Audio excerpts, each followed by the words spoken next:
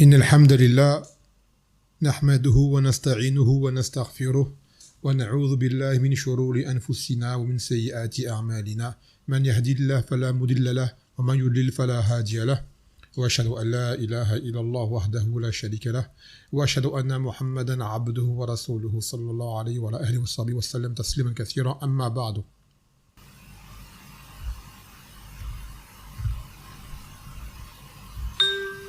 طيب. Donc après avoir, bi'idhnillah ta'ala, terminé cette petite série de cours concernant Hukm al-ihtifal bi Ras al-Sana al-Miladiyya, sur le jugement de la célébration du jour de l'an, l'auteur avait conclu son livre avec une page sur al-Wala wal-Bara. Et d'ailleurs, je viens de me rendre compte que cette page qu'il avait citée, c'est celle de Shaykh al-Fawzan tout simplement. Il a fait un angle du kalam de Shaykh al-Fawzan. Et comme on est dans ces jours de fête, par rapport à ce qui se passe là-bas, il incombe que les gens sachent la aqida à avoir dans ces relations. Surtout ces jours-ci qui seront elles-mêmes extériorisées de leur part. Et cela, bien évidemment, va induire beaucoup de gens en erreur. Donc dès là, j'ai vu bon de prendre ce petit livret, Bi'idhnillah ta'ala, qui n'aura que des... ce sera court. Normalement, ce sera en 4 durus. Bi'idhnillah ta'ala, 4 durus. Si tout se passe bien. في كل فصل أو لكل فصل درس إن شاء الله. C'est résumé, c'est concis, c'est clair, c'est limpide. Et surtout, ça vient d'un très grand savant, un imam de cette époque, vous savez, qui est Shaykh al-Fawzan, hafidhallahu ta'ala, wa atalallahu umrahu fi ta'atihi, wa hafidhahu, wa thabbatahu. Donc ce sujet est d'une importance capitale, qui est al-wala wal-bara. لأن النبي صلى الله عليه وسلم قال أوثق غراء الإيمان الولاء الموالاة في الله والمعادة في الله والحب في الله والبغض في الله. Il a dit que l'anse la plus solide de la foi, c'est l'alliance en Allah et l'animosité et la rivalité en Allah, l'amour en Allah et la détestation en Allah. وقال النبي صلى الله عليه وسلم ثلاث من وجدهن وجد حلاوة الإيمان قال أن يكون الله ورسوله أحب إليه مما سواهما وأن لا يحب المرء إلا لله وأن يكره العبد أن ينكذ في النار أو يعود في الكفر بعد أن كذا الله منه كما يكره أن يكذف في النار. Il a dit, le Nabi sallallahu alayhi wa sallam, qu'il y a trois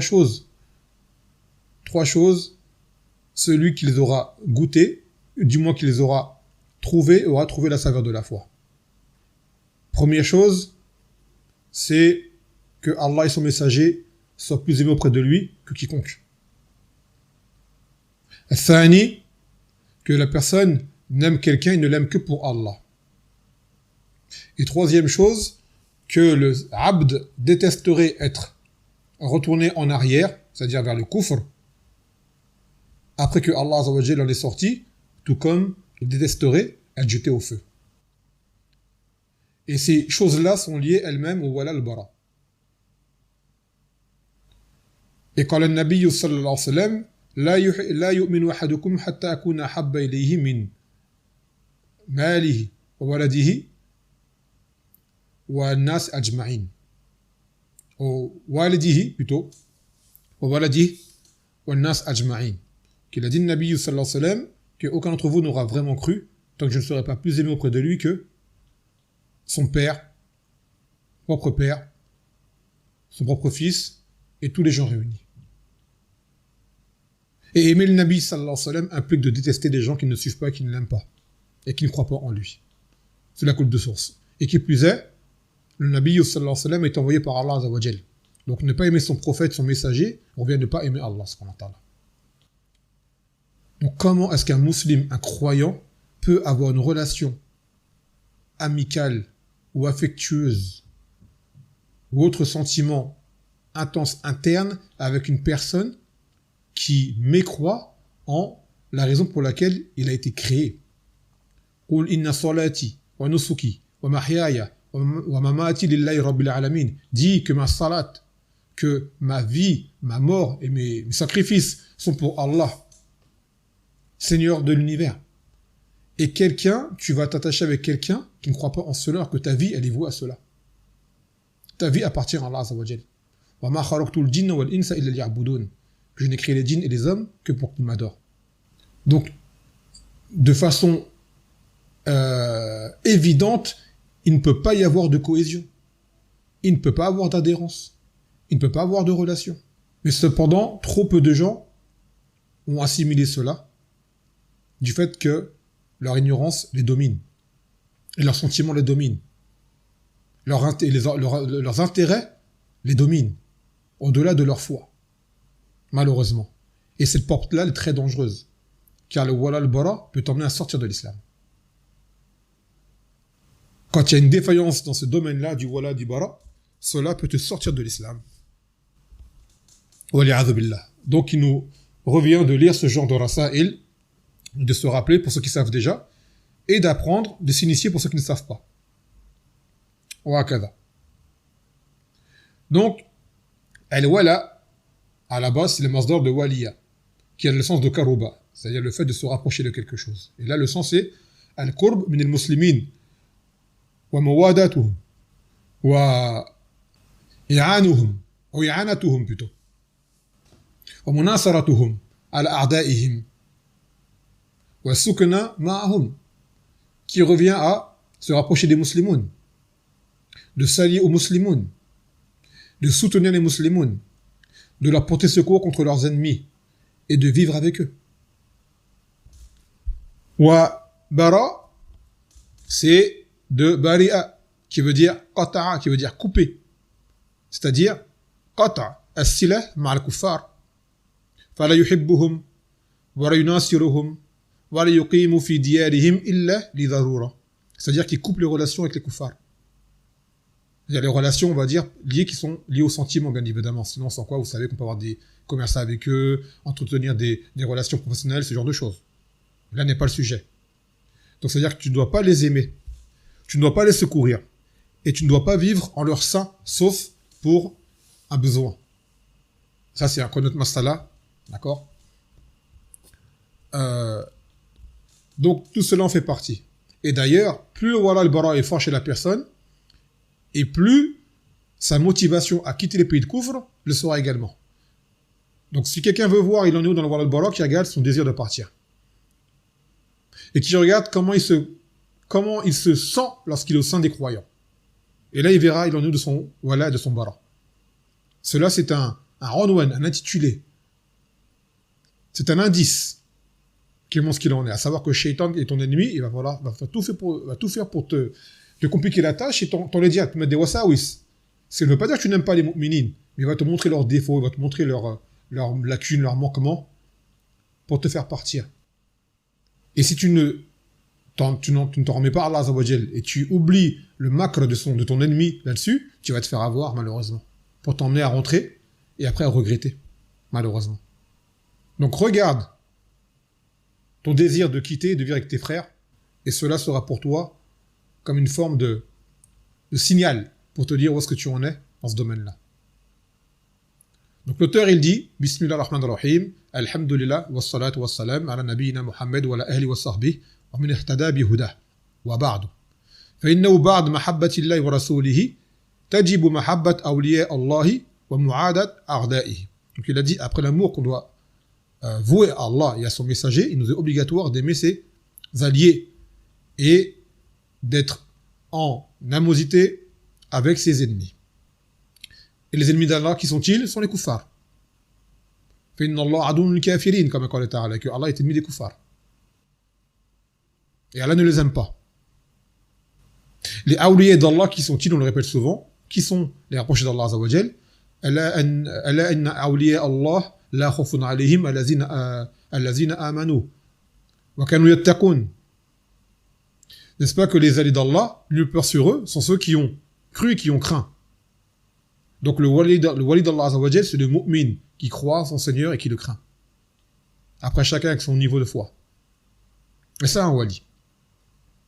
Et tout ce que cela implique de craindre Allah Azza wa Jal, bien évidemment. فمن أصول العقيدة الإسلامية أنه يجب على كل مسلم يدين بهذه العقيدة أن يوالي أهلها ويعادي أعداءها فيحب أهل التوحيد والإخلاص ويواليهم ويبعد الإشراك ويعاديهم.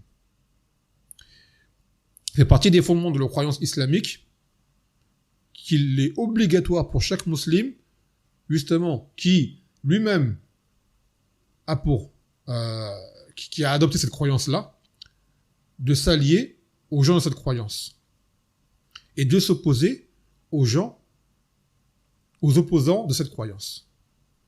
Donc il aime les gens de tawhid et de la sincérité et il s'allie à eux. Tout comme il déteste les gens du shirk et il s'oppose à eux. Parce que comprenez que c'est ça l'islam, am. Quand on regarde la définition de l'islam que les savants ont donnée, c'est ça. C'est al-istislam lillah bit-tawhid wal-inqiyad lahu bit-ta'a wal-bara'atu min ash-shirk wa min ahlihi. C'est le fait d'être assujetti à Allah Azza wa Jal par le tawhid, d'être mené, c'est-à-dire que ton corps, tes décisions, tes gestes, tes paroles, tout cela est sous la régie du tawhid. Par l'obéissance d'Allah Azza wa Jal, je veux dire. Que c'est ta religion, en fait, c'est comme si tu étais à l'image d'une marionnette qui est dirigée par sa religion. Cependant, on a un libre arbitre qui fait que on est éprouvé que on peut agir selon notre volonté à nous, bien que notre volonté, mais sans quoi on devrait être par l'islam tout comme est la plume au gré du vent. L'islam tam. Tout comme ton corps, on le répète souvent, est sous les lois universelles d'Allah Azza wa Jal que tu ne contrôles pas, et bien normalement, ton âme devrait être également contrôlée par l'islam, pleinement. Après, ce n'est pas tout le monde qui arrive à ce stade. Mais c'est ce qui est attendu de base. Soumis, corps et âme. Soumis, corps et âme. Donc cela veut dire que tu dois aimer les gens du tawhid et de la sincérité, comme on l'a expliqué, et t'allier à eux, et détester les gens du shirk, et être en rivalité avec eux. Et entrer en rivalité avec eux ne veut pas dire de les léser et de les agresser gratuitement ou autre. Et cela veut dire qu'au minimum, dans ton cœur, il n'y a pas de place pour des sentiments envers eux. En premier lieu, ça commence par ça. ويقول وذلك من ملة إبراهيم والذين معه الذين أمرنا بالاقتداء بهم. Donc là, il s'agit bien justement de la religion d'Ibrahim et de ceux qui étaient avec lui. Ceux dont il était ordonné de les prendre en exemple. Comme قال تعالى قد كانت لكم أسوة حسنة في إبراهيم والذين معه إذ قالوا لقومهم إنا براء منكم ومما تعبدون من دون الله كفرنا بكم وبدا بيننا وبينكم العداوة والبغضاء أبدا حتى تؤمنوا بالله وحده إلا قول إبراهيم لأبيه الآية. Donc il a dit que vous aviez certes un bon exemple en Ibrahim et ceux qui étaient avec lui, c'est-à-dire les croyants, lorsqu'ils ont dit à leur peuple, nous sommes innocents de vous et nous nous coupons de vous et de ce que vous adorez en dehors d'Allah, et nous mécroyons en vous à tout jamais, et l'animosité a débuté entre nous et vous, ainsi que la détestation à jamais, jusqu'à ce que vous croyez en Allah seul. Donc regardez, cette détestation, elle a une condition. Elle n'est pas dans l'absolu, mais elle est que jusqu'à ce que vous croyez en Allah seul. C'est-à-dire qu'une fois que les kuffars rentrent en islam, cela cesse. Et on doit les aimer comme tout autre croyant. Par la suite. Donc ce n'est pas pour ce n'est pas pour la personne en elle-même en soi, mais c'est pour sa croyance et sa religion. Sans quoi nous, on ne regarde pas les gens par rapport à leur couleur, par rapport à leur taille, par rapport à leur richesse. Non, on regarde par rapport à leur religion. C'est là-dessus que ça commence. يقول ومن دين محمد صلى الله عليه وسلم قال الله تعالى يا أيها الذين آمنوا لا تتخذوا اليهود والنصارى أولياء بعضهم أولياء بعض ومن يتولهم منكم فإنه منهم إن الله لا يهدي القوم الظالمين. Donc cela fait partie de la religion de Mohammed sallallahu alayhi wa sallam, dans le sens où Allah dit, ô vous qui avez cru, ne prenez pas les Yahoud et les Nasara en tant qu'alliés, car ils sont alliés les uns des autres. Et celui qui s'allie à eux parmi vous fera partie d'eux. Et que certes, Allah ne guide pas un peuple d'injustes. وَهَذِهِ فِي تَحْرِيمِ مَوَالَةِ أَهْلِ الْكِتَابِ خُصُوصًا. Donc ce verset vient, lui, pour l'animosité à avoir envers les gens du livre en particulier. Car à la base, ils sont censés être les plus proches de nous par rapport aux autres. Ils sont très loin d'Allah. Mais par rapport à des bases de la révélation, ils en ont toujours aujourd'hui. Et les traces du tawhid, malgré qu'ils aient altéré leur livre, les arguments qui imposent d'adorer Allah seul et du tawhid, vous en trouvez encore des versets dans leur kutub. Dans l'évangile et dans la Torah, il y a encore des versets qui appellent le tawhid pur. En dehors de ce que eux ont changé de leurs mains. Donc, l'argument leur a été donné. On ne puisse pas dire, on ne sait pas. وقال في تحريم موالاة الكفار عموما يا أيها الذين آمنوا لا تتخذوا عدوي وعدوكم أولياء. Et ensuite, il a dit, Allah Azza wa Jalla, il a dit, en ce qui concerne l'interdiction de s'allier aux kuffars de façon générale, qui qu'il soit, ô vous qui avez cru, ne prenez pas mon ennemi ainsi que le vôtre en allié. On expliquait que les kuffars sont les ennemis d'Allah Azza wa Jalla. C'est une chose que les gens ils ont du mal à concevoir. On dit que le kafir, c'est l'ennemi d'Allah Azza wa Jalla. Que le vouliez ou non, et Allah Azza wa Jalla l'a déclaré. Que les kuffars étaient ses ennemis. Donc celui qui ne veut pas l'accepter, c'est une chose qui peut être très très grave, ça revient à dire que Allah Azza wa Jalla dans son livre ne dit pas la vérité. Ou alors des gens qui l'auraient avec une interprétation erronée. Complètement fausse alors que le verset en lui-même est clair. Et après, vous savez que les kuffars sont de différents degrés. Certains sont plus hostiles que d'autres. C'est sûr. D'accord ? Ils ne sont pas tous égaux. Mais de base, le kafir de base, c'est Adou Allah Azza wa Jal. Ou Adou Nabihi sallallahu alayhi wa sallam. Ou Adou al-mu'minin. قال بل لقد حرم على المؤمن موالاة الكفار ولو كانوا من أقرب الناس إليه نسبا. قال الله تعالى يا أيها الذين آمنوا لا تتخذوا آباءكم وإخوانكم أولياء إن استحبوا الكفر على الإيمان ومن يتولهم منكم فأولئك هم الظالمون.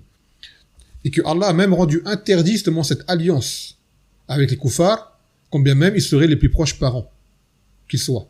Dans le sens où Allah a dit ô vous qui avez cru, ne prenez pas vos pères ni vos frères en tant qu'alliés s'ils préfèrent la mécréance à la foi, et celui qui s'allie à eux parmi vous, ceux-là sont les injustes. On ne peut plus clair. وقال تعالى لا تجد قوما يؤمنون بالله واليوم الآخر يوادون من حاد الله ورسوله ولو كانوا آباءهم أو أبناءهم أو إخوانهم أو عشيرتهم. Tu ne verras pas un peuple qui croit en Allah et au jour dernier prendre en affection, et là on parle d'une affection qui amène à une alliance, ceux qui sont opposés à Allah et à son messager, quand bien même ils seraient leur père, ou leur fils, ou leur frère, ou leur tribu. Et dans la tribu, on peut y rentrer tous les proches ainsi que la famille. وقد جهل كثير من الناس هذا الأصل العظيم حتى لقد سمعت بعض المنتسبين للعلم والدعوة في إذاعة عربية يقول عن النصارى إنهم إخواننا ويا لها من كلمة خطيرة. Et il a dit que beaucoup de gens ont ignoré ce fondement, ce grand fondement. Il dit j'ai moi-même entendu certaines personnes affiliées à la science et à la prédication dans une émission radio arabe dire que les Nasara sont nos frères. Il a dit quelle parole très dangereuse. Et ces paroles-là, en France, on les entend à tout va. Que les juifs et les chrétiens sont nos frères. Ils ne sont pas nos frères. Ils sont nos a'da. Ils sont nos opposants. Ils sont nos rivaux. Et quand on dit rivaux, c'est pas rivaux ou concurrence pour une chose. On est sur la vérité, ils sont sur le faux. D'accord ? Et ils ne veulent pas suivre cette vérité et ils veulent nous faire entrave à ce que l'on parvienne à notre objectif qui est d'adorer Allah seul. Ils veulent nous sortir de notre religion. Adam Marna quand je dis rivaux. Parce que des fois, pourquoi rivaux ? C'est des gens qui sont sur une même lignée, l'un fait mieux que l'autre. Ils ne feront jamais mieux que les musulmans, jamais. وكما أن الله سبحانه وتعالى حرم موالاة الكفار أعداء العقيدة الإسلامية فقد أوجب سبحانه موالاة المؤمنين ومحبتهم. Et comme Allah Azza wa Jalla justement a interdit l'alliance aux kuffars et aux ennemis de la croyance islamique, alors il va de soi qu'à l'inverse, il a imposé l'alliance avec les croyants et l'amour à leur portée. قال تعالى إنما وليكم الله ورسوله والذين آمنوا الذين يقيمون الصلاة ويؤتون الزكاة وهم راكعون ومن يتولى الله ورسوله والذين آمنوا فإن حزب الله هم الغالبون. Il a dit que vos alliés, ce sont seulement Allah et son messager, et ainsi que ceux qui ont cru, ceux qui accomplissent la salat, qui s'acquittent de la zakat et qui sont inclinés. Et celui qui s'allie à Allah et à son messager et aux croyants, alors le parti d'Allah, ce sont eux les vainqueurs. Hizbullah, c'est ceux-là. Ce sont ceux-là. Ce n'est pas le parti chiite, rafidi qui est en Iran ou je ne sais où, qui s'appelle Hizbullah. Ça, c'est un mensonge. Eux, c'est Hizb al-Shaytan. Haoula ashad adawatan alayna min al-yahoud wal nasara. Les rafidas sont pires pour nous que les yahoud et les nasara.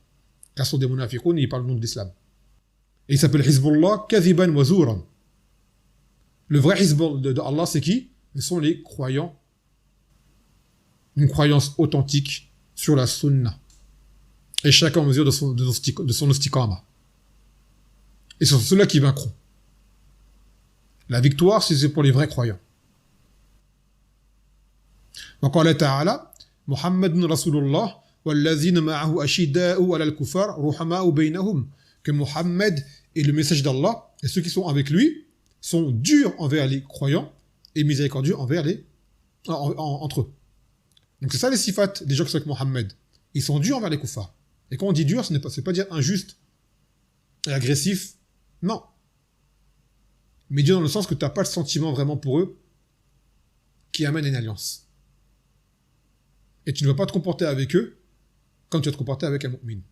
Et tu ne le mettras jamais sur le piédestal. Même si le kafir est plus gentil que toi, avec toi que le mu'min, dans ton cœur, ils ne doivent pas avoir la même place. Jamais de la vie. Et vous voyez justement que les gens se basent sur les intérêts, sur des choses que demain ils vont voir un kafir qui va leur donner des richesses, ils vont l'aimer, et un mu'min qui va leur faire du mal, ils vont le haïr comme on haïrait peut-être un kafir. Malheureusement.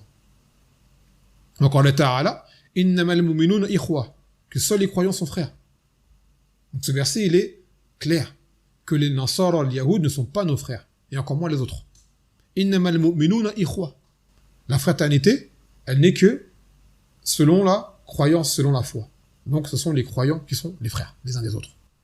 والمؤمنون إخوة في الدين والعقيدة وإن تباعدت أنسابهم وأوطانهم وأزمانهم. قال تعالى: والذين جاءوا من بعدهم يقولون ربنا اغفر لنا ولإخواننا الذين سبقونا بالإيمان ولا تجعل في قلوبنا غلا للذين آمنوا ربنا إنك رؤوف رحيم. Il a dit que les croyants sont frères en religion et dans la croyance, même si ils sont de généalogies différentes, même s'ils sont de pays différents, même d'époques différentes. Dans le sens où Allah dit, et ceux qui sont venus après eux, c'est-à-dire après les croyants, ils diront: ô notre Seigneur, pardonne-nous ainsi qu'à nos frères, ceux qui nous ont devancés dans la foi, et ne mets pas dans nos cœurs de la rudesse, de la rancœur envers ceux qui ont cru. Ô notre Seigneur, tu es certes miséricordieux et pardonneur. Donc regardez bien, cet iman doit nous lier où que nous soyons. Quel que soit notre statut social, quelle que soit notre couleur, quel que soit notre langage. Quand tu trouves un croyant à l'autre bout du monde, quand tu le rencontres, tu es heureux. Hakadha. Tu ne peux que l'aimer. Et quand un mal te touche, cela te touche également. Et quand bien le touche et qu'il est heureux, tu en es également atteint de joie. Comme par exemple ce qui est arrivé en Syrie ces derniers jours. On ne peut que être heureux que Bachar al-Assad soit tombé. Après ce qu'ont vécu depuis des décennies le peuple syrien comme persécution par Bachar et son père, on ne peut que se réjouir de la défaite de ces hommes-là. Que ce soit un soulagement pour les Syriens. On ne peut que être attristé de ce qui arrive à nos frères en Palestine. Celui qui se réjouit de ce qui arrive aux gens en Palestine, ça ne peut être qu'un cas à faire. Pas possible. Après, en fonction du niveau de la foi, la douleur est de plus en plus forte. Plus les gens ont du ilm et plus la foi elle est haute, et plus ça leur fait mal, bien évidemment. Mais personne ne peut rester indifférent à cela, ce n'est pas possible. Et que ce soit en Palestine, ou dans tout pays d'islam, ou même dans les pays de Koufre où des musulmans sont persécutés injustement, cela ne peut que nous attrister. Donc on ne doit pas oublier, comme le montre ce verset, de faire les dua pour tout le monde, pour les musulmans, de façon générale. Pour nous-mêmes, pour nos familles, pour nos proches, mais pour les frères et les sœurs de façon générale. Qu'Allah Azza wa Jalla les libère et les soulage de ce qu'ils seraient amenés à subir comme injustice, malgré eux. On ne parle pas d'injustice subie parce que les mains ont causé. Là, c'est une tauba, c'est autre chose. Malgré tout, ad-din nasiha, ça n'empêche pas de demander une nasiha, de faire plutôt une nasiha. Mais quoi qu'il arrive, on est toujours heureux de voir un musulman être soulagé d'un mal qu'il a touché et revenir d'un mal qu'il aurait commis, également. Ça va ensemble, car c'est un soulagement pour lui. Donc cet iman que l'on a en nous doit nous pousser à agir de la sorte. Et donc que chacun regarde en lui qu'est-ce qu'il ressent quand cela arrive à son frère, quand cela arrive à sa sœur, comment le ressent-il. Et là, il aura un signal, il aura une forme d'indication de son alliance et de son désaveu.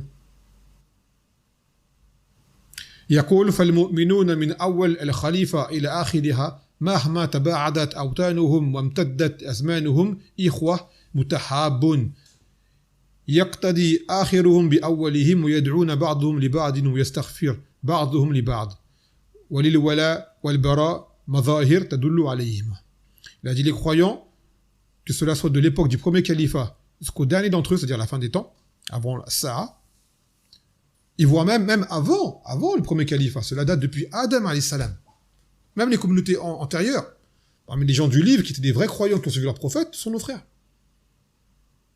Et eux, qui ne nous ont pas connus, s'ils étaient avec nous, on prendrait comme étant leurs frères.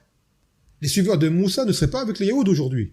Ils seraient avec la Ummah de Mohammed. Ceux qui ont suivi Isa alayhi salam, pour de vrai aujourd'hui, ne seraient pas avec les Nasara. Jamais. Ils seraient contre eux. Ils seraient avec la Ummah de Mohammed sallallahu alayhi wa sallam. Et Isa, quand il va revenir, vous le savez, il va revenir, il va juger avec la charia de Mohammed sallallahu alayhi wa sallam. Il va casser la croix, il va tuer le porc, et il va établir la justice sur terre, et il va appliquer la charia de Mohammed sallallahu alayhi wa sallam. Parce que c'est ça la dernière des religions. Selon les rites, selon la croyance, c'est la même. Il n'y a pas de première, il n'y a pas de dernière. L'islam à laquelle on appelle les Anbiya sont le même, du début jusqu'à la fin. Ce qui change, ce sont les législations. C'est tout. Donc il dit que les croyants doivent s'aimer du premier au dernier, quand bien même, quelle que soit la distance qui les sépare, quelles que soient les époques également qui les séparent, ils sont des frères dans l'amour. Et ils se suivent les uns les autres du premier, du moins les derniers, par rapport aux premiers. C'est-à-dire que les derniers qui viennent doivent forcément prendre en compte le suivi des premiers de ceux qui étaient avant lui. Tu prends en exemple les salafs. Et les salafs, ça varie d'une époque à une autre. Toute personne qui était avant toi sur le bien, c'est un salaf pour toi. Le salaf au sens shar'i, istilahi, bil-urf, ce sont les sahaba. Mais demain, un homme qui était avant toi sur la sunna, sur la droiture, c'est un salaf pour toi. Même les savants contemporains qui sont déjà morts sont des salafs pour nous. Des exemples à suivre. Donc, ils invoquent les uns pour les autres, demandent pardon les uns pour les autres, et il a dit que pour l'alliance et le désaveu, il y a des signes apparents qui les indiquent, et cela va venir dans la suite du kitab Biznillah Ta'ala. Donc là, c'est le premier ders, la muqaddima, et Biznillah Ta'ala, yom al-sabt, sanuwasil fi qira'a. À partir de samedi, on continuera. فسنكتفي بهذا القدر فسبحانك وبحمدك لا إله إلا أنت أستغفرك وأتوب إليك والسلام عليكم ورحمة الله وبركاته.